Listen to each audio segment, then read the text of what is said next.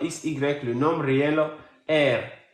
Donc, ils ont donné R égale A, B, C, D. Donc, la bonne réponse, c'est quoi? C'est le A. Très bien, c'est le A, évidemment.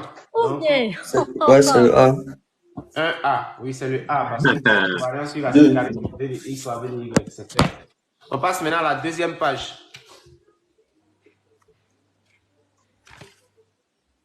Deuxième page.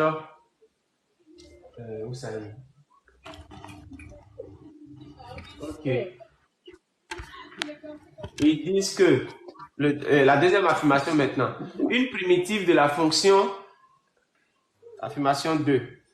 Ils ont donné la fonction, comment on appelle, qui a tout x, on associe cosinus de x moins x sinus de x. Et ils disent qu'une primitive de cette fonction est, ils ont donné A, ils ont donné B, ils ont donné C et ils ont donné D. Là, comme on n'a pas une méthode directe qui nous permet de trouver la primitive directe de ça là, on est obligé d'intégrer. Au lieu de perdre le temps, on va dériver chacune des fonctions pour voir celle qui donne ça. Est-ce qu'on se comprend? Effectivement. Donc, j'ai A, oui. 2 points, j'ai... Non, c'est pas ça. On va passer au B. C'est B, c'est B.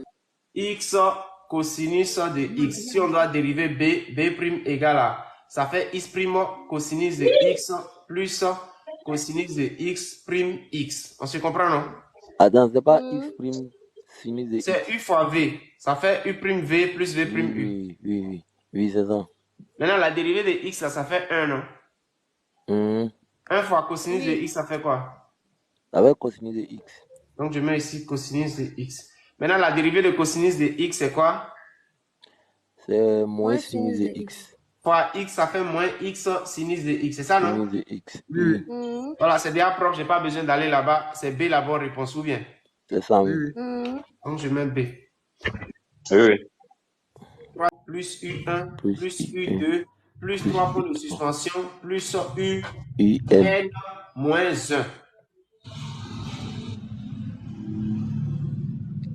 Quelqu'un d'autre qui n'a pas fait de cette manière peut écrire, si quelqu'un prend U1 égale à 3, la personne dira que S égale à U1 plus U2 plus 3 points de suspension plus UN. Est-ce qu'on se comprend? On se comprend pas?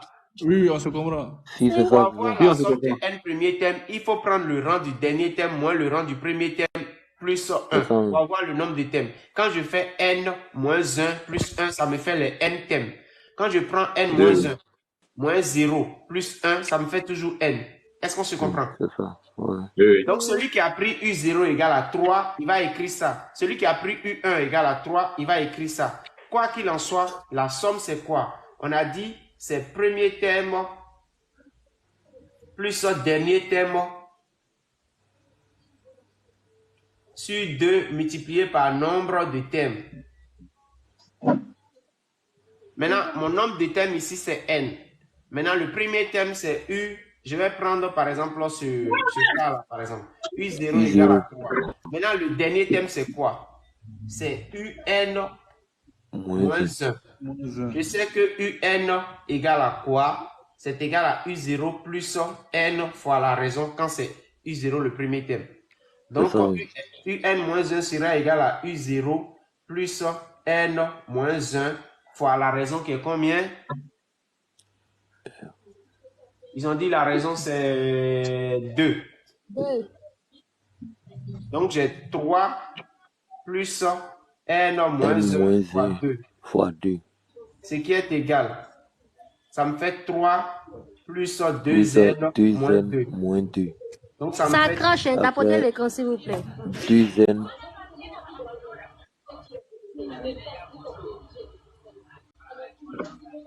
Ok, on continue. Ça me fait 1 plus 2N. Ou bien, quand on prend le premier et le dernier, ça fait 1 plus 2N, n'est-ce pas? C'est ça, oui. Donc, du coup, je peux écrire que S égale. On m'a dit premier thème. Ça fait U0 plus dernier thème. UN moins 1 sur 2 multiplié par le nombre de thèmes qui est N. Ce qui est égal.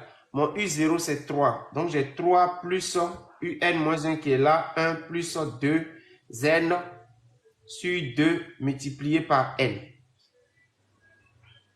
Donc, ce qui me fait quoi? Ici, ça me fait 4 plus 2n. Donc, du coup, j'écris ici, j'ai 4 plus 2n facteur de n sur 2. Alors, ce qui est égal, je peux mettre 2 en facteur. Donc, ça me fait 2n facteur de n plus 2 sur 2. Après simplification, ça me fait n facteur de n plus 2. On se comprend? Oui, oui. Donc, du coup, la bonne réponse, c'est quoi? C'est le B. Voilà, c'est bien. Maintenant, Oui, oui. ok, on passe maintenant à la troisième affirmation. À la quatrième affirmation. On passe à la quatrième affirmation. Quatrième affirmation, on a dit l'expression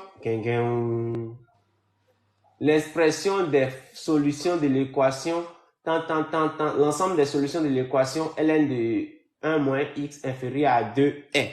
Donc, nous allons essayer de résoudre l'équation au brouillon simplement et puis choisir la bonne réponse. Donc, nous avons l'équation pour tout x appartenant à grand R. On a l'inéquation ln de 1 moins x inférieur à 2. Donc, nous allons chercher d'abord l'ensemble de validité. Effectivement. Ça là, quand j'ai fait ça là, il y a un gars qui est monté, venu discuter ici pour dire que ln ne peut pas être défini s'il y a un ensemble négatif ou je ne sais pas quoi.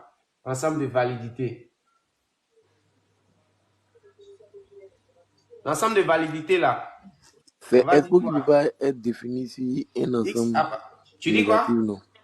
Tu dis quoi? C'est expo qui peut pas être... C'est exponentiel qui ne peut pas être défini si un ensemble négatif, non.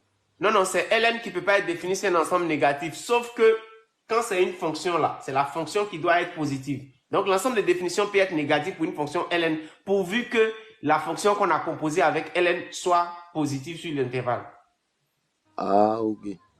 Donc ici là, on va dire quoi? 1 moins x doit être comment? Strictement supérieur à 0, non? Oui, oui. Donc du coup, on a moins x supérieur à moins 1. C'est ça même. Ce qui implique que x inférieur à 1. Donc, je peux dire que EV égale à l'intervalle ouvert de moins l'infini jusqu'à 1. Est-ce qu'on se comprend pour l'ensemble des validités? Oui, oui. Bien. Maintenant, je viens à la ligne. Pour tout x appartenant à EV, l'inéquation devient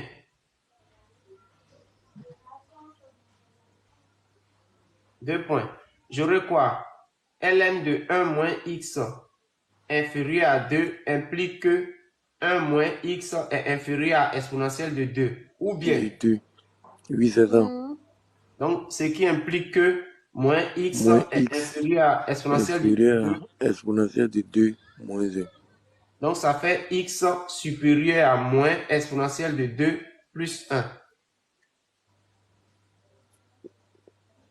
Je multiplie par moins, le sens de l'égalité change. Oui, c'est ça. oui. Donc, ça fait x supérieur à 1 moins exponentielle de 2. C'est ça. Maintenant, 1 moins exponentielle de 2 là, c'est égal à quoi? Je vais taper pour voir. 1 moins exponentielle de 2. C'est un nombre négatif, ça fait moins 6, quelque chose. Donc, je trace une droite ici, je place 0, j'ai 1 ici. L'ensemble de validité, bon, exponentielle de 1 moins exponentielle de 2 est quelque part ici. 1 moins exponentielle de 2. Ici, là, c'est un rond au niveau de 0 et ça va à gauche. Puisque, voilà, donc j'envoie ici. Ici, là, c'est un rond au niveau de ce nombre et ça va à droite, puisque c'est supérieur. Donc, l'ensemble de solutions, c'est cette partie-là.